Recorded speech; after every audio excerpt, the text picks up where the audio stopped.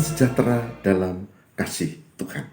Saudara, jumpa kembali di RHI Renungan hari ini untuk melengkapi dan menambah kasanah pengertian kita tentang rasul-rasul. Maka pada saat ini saya akan mengajak kita untuk belajar iman dari Rasul Yohanes. Rasul Yohanes, belajar iman dari Rasul Yohanes. Baik, saudara, mari kita membuka bersama dari Injil Yohanes. Injil Yohanes pasal 21 ayat 20 sampai dengan 25. Saudara tahu ini Injil yang ditulis oleh Rasul Yohanes. Dan saudara tahu bahwa ini penting untuk menjadikan catatan pengertian kita.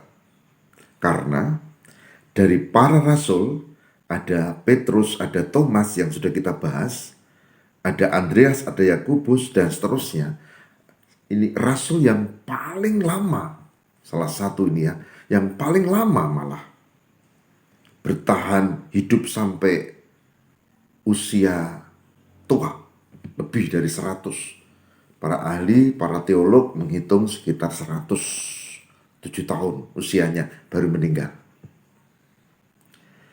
Yohanes 21 ayat 20 sampai dengan 25. Yang demikian sabdanya. Murid yang dikasihi Yesus. Ketika Petrus berpaling, ia melihat bahwa murid yang dikasihi Yesus sedang mengikuti mereka, yaitu murid yang pada waktu mereka sedang makan bersama duduk dekat Yesus dan berkata, "Tuhan, siapakah dia yang akan menyerahkan Engkau?"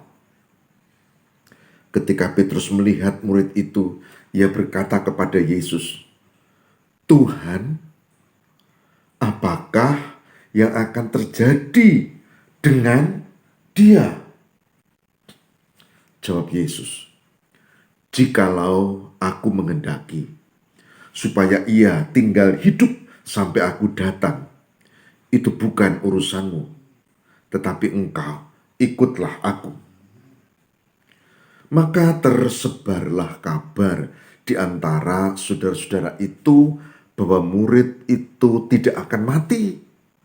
Tapi Yesus tidak mengatakan kepada Petrus bahwa murid itu tidak akan mati, melainkan jikalau aku menghendaki supaya ia tinggal hidup sampai aku datang, itu bukan urusanmu. Dialah murid yang memberi kesaksian tentang semuanya itu dan yang telah menuliskannya, dan kita tahu bahwa kesaksiannya itu benar. Masih banyak hal lain lagi yang diperbuat Yesus, tetapi jikalau semuanya itu harus dituliskan satu persatu, maka agaknya dunia ini tidak dapat memuat semua kitab yang harus ditulis itu.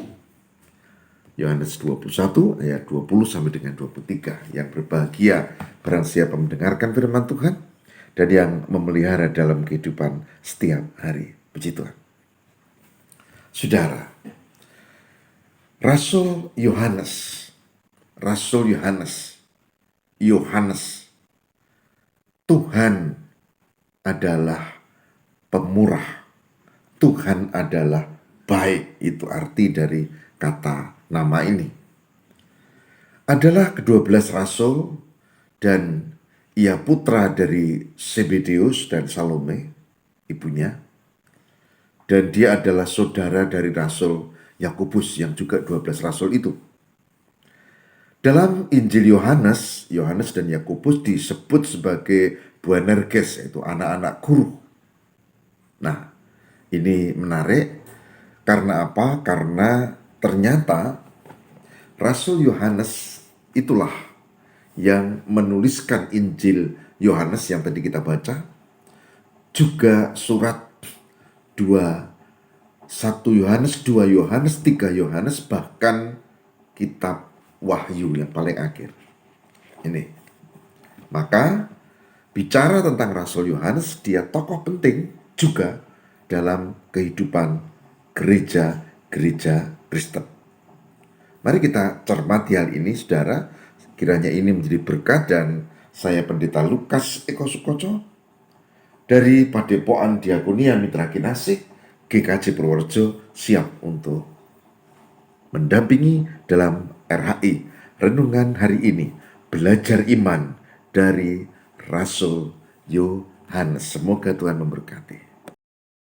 Saudaraku yang terkasih di dalam Tuhan, mari kita cermati. Pada zaman Kaisar Nero, kesengsaraan orang-orang Kristen meningkat luar biasa. Banyak yang dibinasakan, dibunuh. Tak terkecuali, kemarin kita bahas, Rasul Petrus. Rasul Petrus disalib dengan kepala di bawah. Begitu juga dengan Rasul Yohanes, yang ditangkap. Dia dibawa dan di depan banyak orang digunakanlah cara yang mengerikan. Ada wajan besar yang dipanasi dengan minyak sangat panas. Lalu Rasul Yohanes itu diikat dia punya tangan, kemudian dia dilemparkan ke penggorengan minyak mendidih di rumah. Tapi karena Tuhan mengendaki agar dia tetap hidup, seperti yang dituliskan tadi ya, maka Rasul Yohanes tetap sehat hidup. Wah, ini menjadi cerita yang begitu luar biasa. Tapi pemerintah Roma tidak kurang akal. Maka Rasul Yohanes ini tetap ditangkap dan dibuang di Pulau Patmos untuk kerja paksa di tambang batu bara di Pulau Patmos.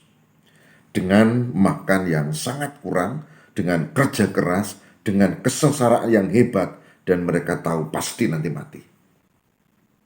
Tapi sejarah mencatat Rasul Yohanes tetap sehat. Dan bahkan di Pulau Patmos itulah Rasul Yohanes dipakai Tuhan. Dia membuat tulisan hasil perenungan atas bimbingan Roh Kudus yang disebut sebagai Kitab Wahyu. Kitab Wahyu. Karena ia membuka rahasia dari Tuhan ini atas dorongan dan pimpinan Roh Kudus. Sekembalinya dari Patmos, dia dibebaskan dan penguasa Roma sudah berganti, dan Rasul Yohanes tetap berkarya. Dia menjadi pimpinan gereja di Edesa, katakanlah menjadi uskup. Dan itu ada di wilayah Turki sekarang. Dan Rasul Yohanes meninggal pada usia yang sangat tua. Ada yang mencatat bahwa ia sekitar 107 tahun usianya baru meninggal dunia. Apa yang kita pelajari dari kisah Rasul Yohanes? Pertama, kalau Tuhan kehendaki, maka hidup kita ini dipakai dengan umur yang kita tidak tahu. 2, kalau Tuhan kehendaki, meskipun kita dicelakakan, Tuhan akan selamatkan dan angkat dan tolong kita. Seperti Rasul Yohanes. 3, meskipun mengalami kesengsaraan, penderitaan yang hebat, bahkan tidak masuk akal, tetap berkarya bagi Tuhan. Berkarya bagi Tuhan tidak menunggu kalau enak kepenak, ya. Berkarya bagi Tuhan tidak menunggu kalau semuanya bagus, tubuhnya sehat, dompetnya sehat, keluarganya sehat, semua lancar, lalu memikir berkarya bagi Tuhan. Biasanya kalau kayak gitu malah gak sempat. Berkarya bagi Tuhan ya sekarang dalam kondisi apapun. Saya ulangi, dalam kondisi apapun. Dengan kemampuan kita yang terbatas. Tuhan yang menolong. Itu yang ketiga. Yang keempat, Rasul Yohanes ini dipakai Tuhan luar biasa. Dan semua terjadi menjadi kemuliaan bagi Tuhan. Saudara, sekarang kita hidup dalam zaman yang memang penuh dengan pergumulan, kesulitan, dan persoalan. Dan sekarang ini kita juga ditantang, apakah kita mau tetap berkarya? Apakah kita mau setia? Apakah kita tetap berbuat sesuatu untuk Tuhan? Atau tidak? Saya memilih untuk tetap berkarya.